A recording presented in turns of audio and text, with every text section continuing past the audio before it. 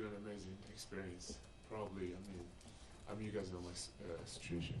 I was probably one of the worst in the league, and as this team, this organization, just the whole state probably not just made me a better basketball player, made me a better person on and off the court.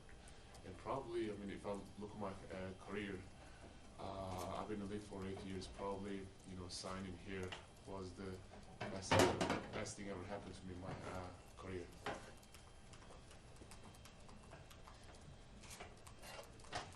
Will that play into your off-season decision at all?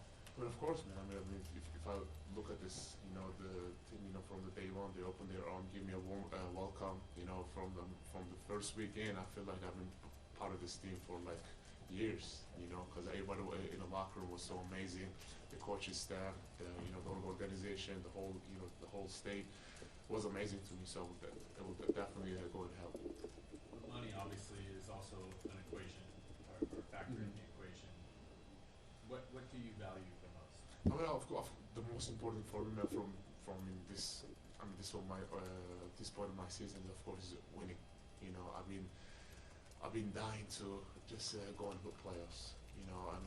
It was my problem with the Knicks. I was like, man, I want to just go out there and play and get a win. And but now, I got a taste of the playoffs and Western Conference Finals, so it was definitely an amazing experience for me. But I think winning is definitely number one priority. Have you met with them, Neil or Terry? Not yet. I think I'm gonna meet with them after this. What do you imagine, Neil? Is that more of a listening thing for you, or will you say something to them? No, I'm just gonna go listen, see what they have to say. I'm just gonna definitely appreciate them a lot for for trusting me, and in regular season and the playoffs. It's definitely been an amazing run for me. I'm just gonna go just tell them thank you and just listen to what they have to say. They're up against the salary cap. Do you think they'll be able to find enough money that they'll be able to sign you? That's the decision they will have to make. But I'm gonna just let my agent and the Neil take care of that. But it's not a question how much I love this team, my teammates, this whole organization, man. It's definitely been an amazing team. I'm not even just talking about just on the court stuff, off the court stuff too, man. It's been definitely a family to me. Where will you spend the summer? Well, I have around, just because I cannot travel outside of America, so I'm probably I will have around 30 camps in 30 different states. So I'm just gonna start with Saturday. It's my first camp is in Portland, a free camp by the way, and I'm gonna post it on my Twitter, and whoever wants to bring his kid, they're welcome to. And then I go to Vegas for basketball camp, then I go to Chicago. So I'm just gonna travel a lot this summer. Is it 30 of them? Yes, over 30. Kids camps then? Kids camp, yes. And have you done this in the past? Oh yeah, I did. Last year I did over 20. So this year I was like, you know what? I cannot leave the country. So I'm like, I just don't want to sit at home or just go to the beach and waste my time. I gotta do something, and I gotta give back to community for sure. And of course, number one is Portland. So that's my mom holding my first camp in Portland this Saturday. You could charge money for it, but you decided to do it for free. No, man. This whole state, not just Portland, man. America gave me so much, So I think it's it's for their right to just come to my camp and free and enjoy it. And I'm just not gonna charge it just because I played in the NBA. I think the most important thing, is most important than money is just inspiring kids, man. Because whenever I hold a camp, we don't just talk about basketball. We talk about the education and on and off the court stuff. So it's definitely a very important thing to me. Did you go to any camps? Hmm? When you were younger, did you go to a camp at all? Did I what? Ever go to a camp?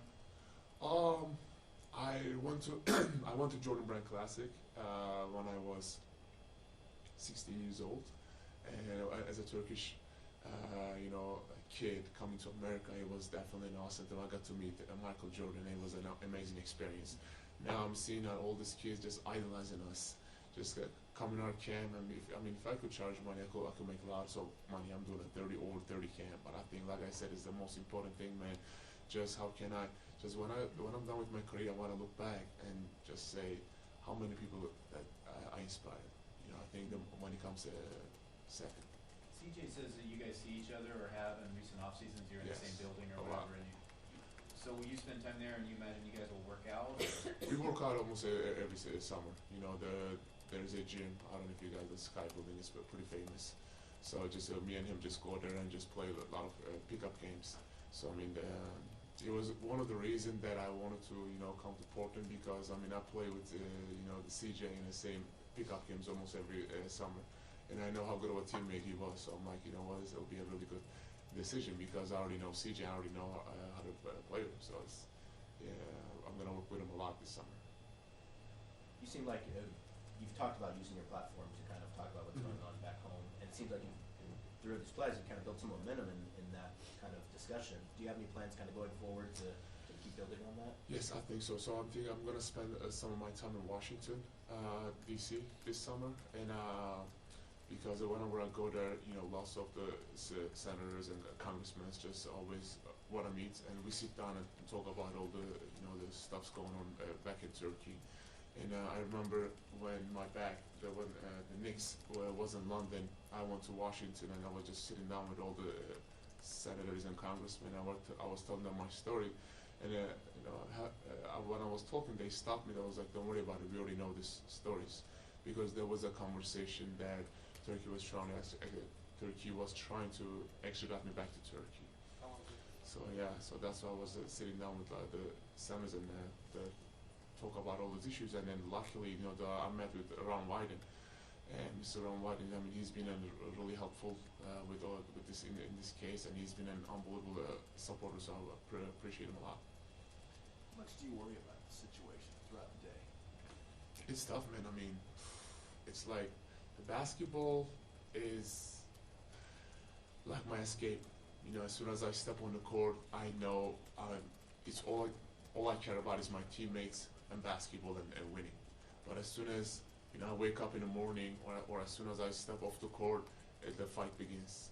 You know, it's like, because I mean, I feel like, you know, just God gave me a gift, and I'm trying to use this platform to be voice of all those innocent people who don't have one.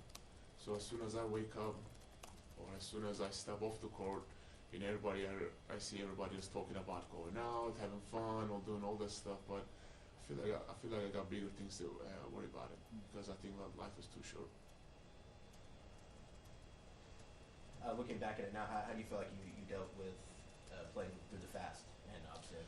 Pretty good, I think. You know, I mean, I didn't tell this to a lot of people, and I didn't know how people were going to react. But I fast once or twice a week during the season, and nobody really knows about it. And I didn't really tell it to anybody.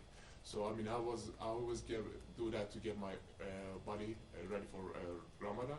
So it didn't really affect me a lot. And now obviously it was just been an unbelievable support that I see from all the American fans. That the one thing that it just throughout this Ramadan that shows me that, you know, the Americans, the most thing I love about it is just, it doesn't matter what your background is, what your skin color is. I mean, tall, short, this and that, whatever.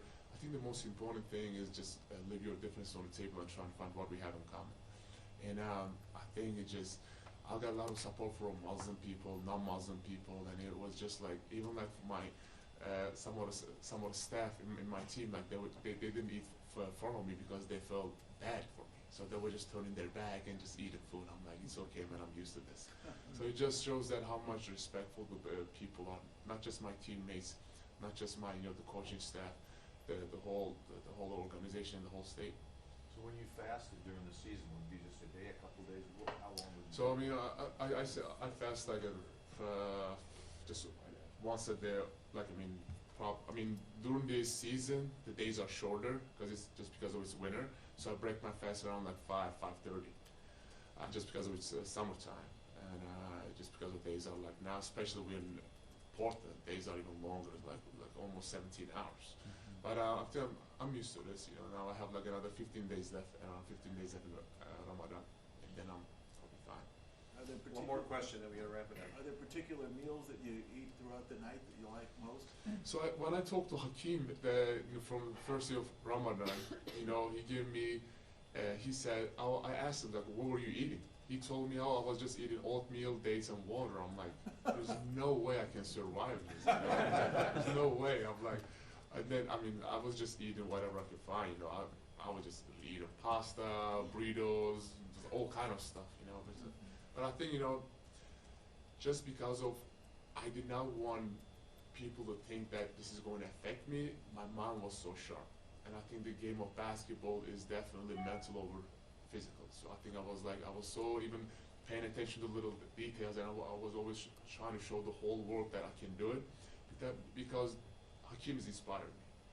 And of course, I'm not comparing myself to Hakeem. He's on a different level. But I wanted to set an example for the young generation. I just wanted to, it doesn't matter what your status is or where you are, whatever, there is no excuse. I think if you put your mind on it, that you can do it. Good. Thank you guys, I appreciate everybody. It's been an amazing year. Thank you. See you guys. Thanks, guys. See you guys soon.